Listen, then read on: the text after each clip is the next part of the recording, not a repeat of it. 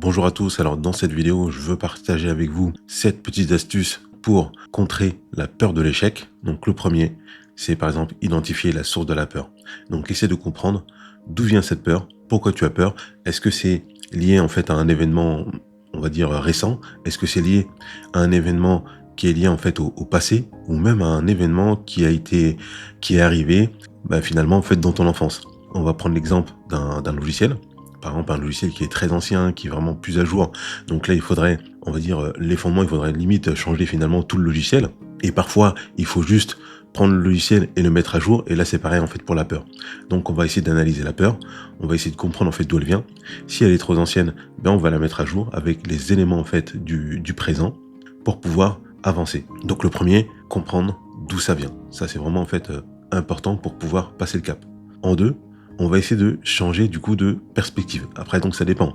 Si c'est une personne, par exemple, qui a peur de l'engagement dans une relation, dans le mariage, donc là, on va lui dire, donc tu as peur effectivement de t'engager, pourquoi?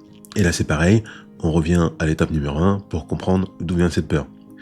Moi, ce que je peux potentiellement te proposer, c'est de se dire, au lieu de te focaliser en fait sur ta peur, focalise-toi plutôt en fait sur comment tu peux faire, qu'est-ce que tu peux mettre en place pour que, on va dire, ton projet, que ce soit un mariage, que ce soit un projet en fait professionnel, fonctionne, réussisse.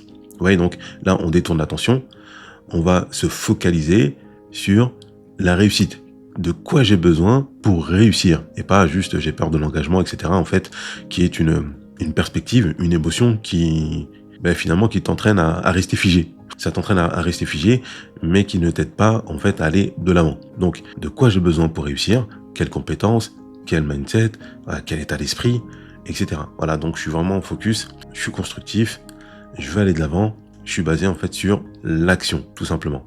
Donc en 1, je comprends. En 2, si j'ai besoin, je peux mettre à jour du coup en fait le logiciel. Je peux également donc changer de perspective, changer ma perception, voir cet élément-là comme une opportunité.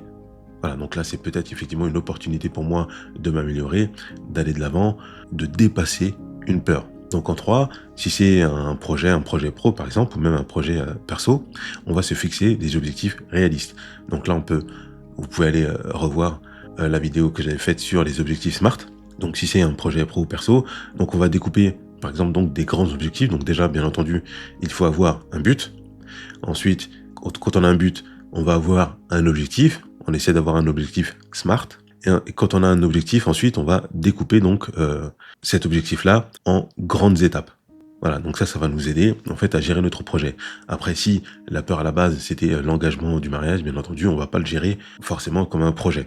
Voilà, par contre, on peut mettre un plan d'action pour se dire avec quoi j'ai besoin pour pouvoir réussir. Est-ce que je dois me former? Est-ce que je dois voir un coach? Est-ce que je dois mettre en place des actions? Est-ce que je dois revoir des choses dans ma vie? Voilà, c'est pareil, on peut voir aussi, on peut mettre en place aussi des plans d'action. En 4, on va voir donc pratiquer l'autocompassion, et ça marche vraiment. Juste le fait en fait d'être bienveillant en fait envers soi, accepter que on n'est pas parfait, on fait tous des erreurs, et je pense qu'il y a personne sur la terre en fait qui peut vous dire que qu'il fait pas d'erreur. Voilà, parce que tout le monde fait des erreurs et on a le droit de faire des erreurs.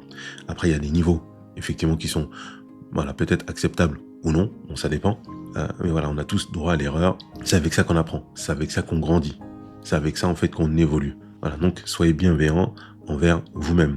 Donc en 5, on va développer donc là du coup le plan d'action. On avait dit avant qu'on devait découper en fait les objectifs en fait en grandes étapes. Et là maintenant, chaque grande étape, en fait, on va les détailler. Donc bien sûr, là, je peux pas aller trop loin au niveau des plans d'action. Mais voilà, donc on va découper les grandes actions en petites tâches. Et ça va nous aider.